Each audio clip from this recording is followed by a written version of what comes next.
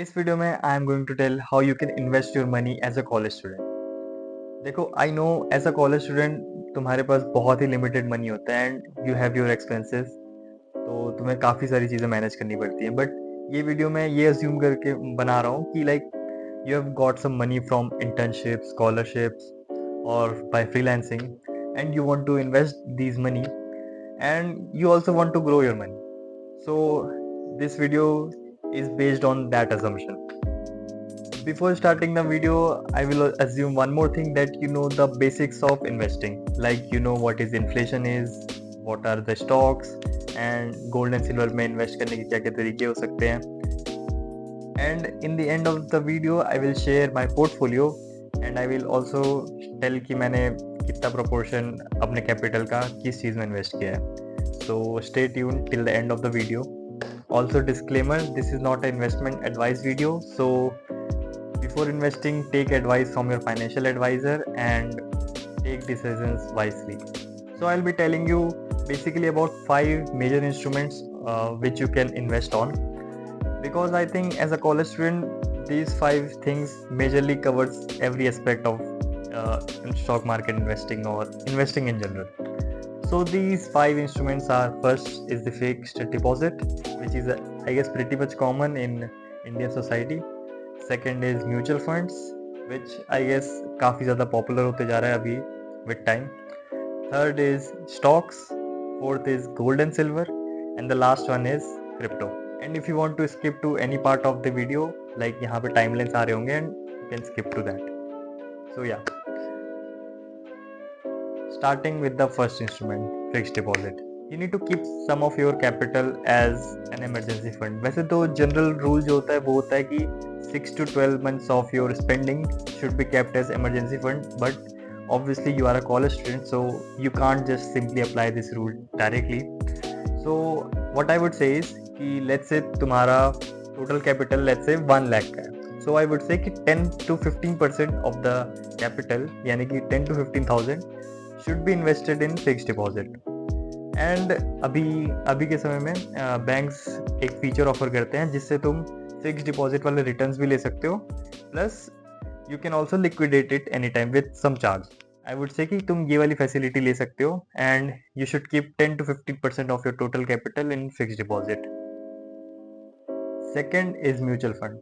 देखो, I know as a college student if you are not that interested in stock market और finance और anything, but obviously it is very important, so you have to invest your money. So I would say ki why not give it to someone who is professionally doing this thing. So I would say ki you can invest 50% of your total capital in mutual funds, and इसको मैं अगर further diversify करने बोलूँगा तो I would do it like 20% large cap, 20% mid cap and 10% small cap. And what I would say is कि जो mutual funds होते हैं वो फंड मैनेजर्स मैनेज करते हैं, so like they are very top class in their field and they know what they are doing. So they will invest your money wisely and उन लोग भी फर्दर डाइवर्सिफाई करते हैं मल्टीपल स्टॉक्स में, so your money will be pretty much safe. And mutual fund is something that I will say is for long term, so if you are investing in it just keep a mindset कि तुम ये पैसा like at least 5 years के लिए डाल दो. मैं तो बोलूँगा बेस्ट है कि एटलीस्ट तुम 10 से 15 साल मान के चलो, बट वर्स्ट के सिनेरियो में तो 5 साल भी मान सकते हो.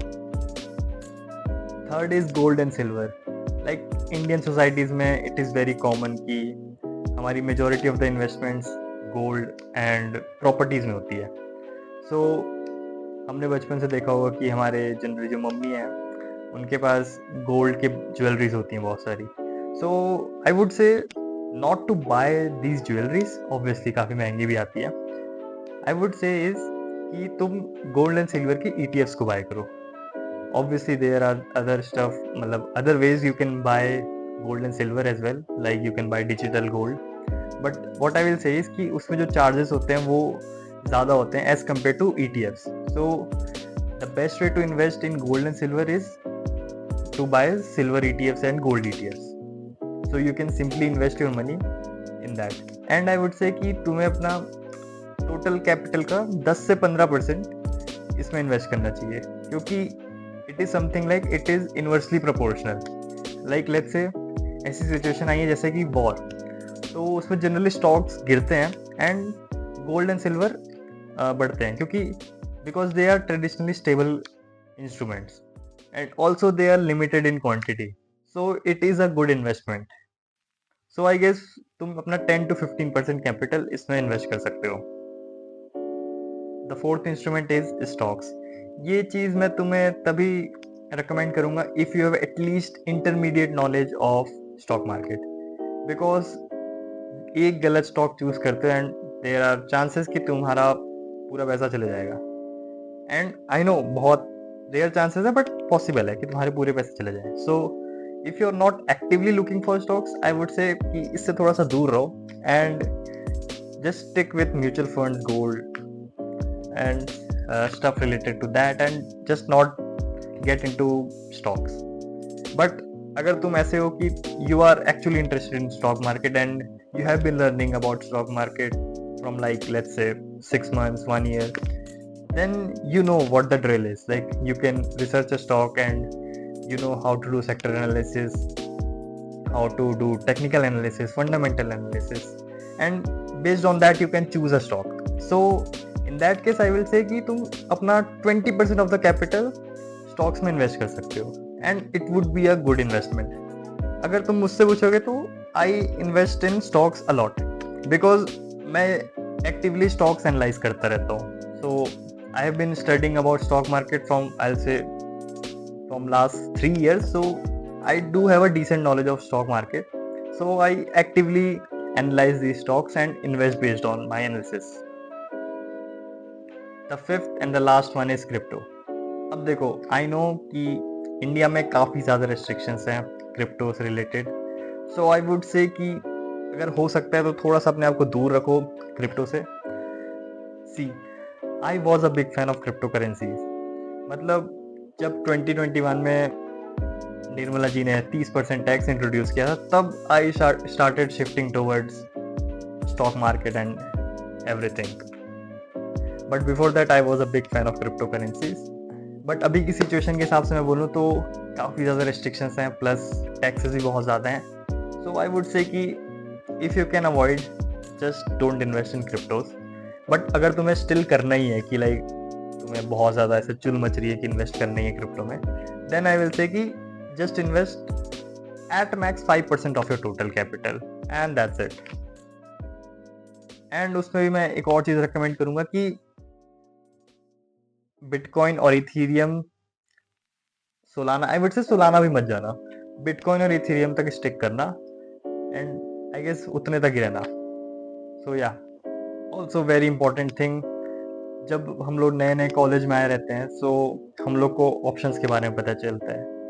अब तो एंट्री बैरियर काफ़ी ज़्यादा मुश्किल कर दिया है गवर्नमेंट ने, बट इनिशियली जब मैं कॉलेज में आया था तब इट वॉज वेरी इजी कि तुम ऑप्शन ट्रेडिंग में घुसना है, it was very easy. If you ask me, मैंने ऑप्शन ट्रेडिंग करी है। I have done it for like I से 6-7 मंथ्स एंड मैं मोटा मोटा ब्रेक इवन में था। मतलब I was not even at loss, I was not even at profit. And let me tell you कि ये मैं आई गेस अराउंड 1 ईयर की नॉलेज थी मेरे पास स्टॉक मार्केट की। उसके बाद मैंने ऑप्शन ट्रेडिंग में मैं गया था एंड उसके बाद भी I was not able to make it, कि मैं प्रॉफिटेबल नहीं हो पाया था। I was just at break even.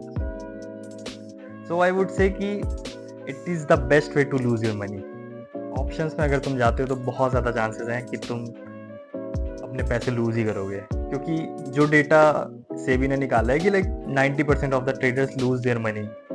It is true, it is obviously true and it is pretty much similar to gambling. अगर तुम्हें प्रॉपर नॉलेज नहीं है तो तुम्हें पता भी नहीं चलेगा कि तुम कब गैम्बल कर रहे हो, कब ट्रेडिंग कर रहे हो।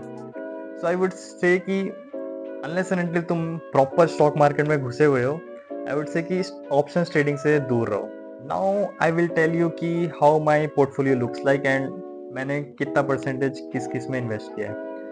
सो the major the thing, so last year तक लाइक 2025 के एंड तक मेरा majority of the investment mutual fund में था। बट 2026 के स्टार्ट से मैंने म्यूचुअल फंड से अपने जो पैसे हैं उसे निकाले हैं and I have started to invest more in stocks. So right now my investment is like total investment में से मेरा 80 to 90% कैपिटल स्टॉक्स में लगा हुआ है एंड 10 to 15% कैपिटल मेरा गोल्ड एंड सिल्वर ETFs में है. सो उसमें भी स्टॉक्स में मेजरली मेरे 5 ही स्टॉक्स हैं. उससे मेरे जो टोटल कैपिटल है वो डिवाइडेड है. The stocks which I hold right now is, and let me tell you again, this is not investment advice and I am not suggesting any stock.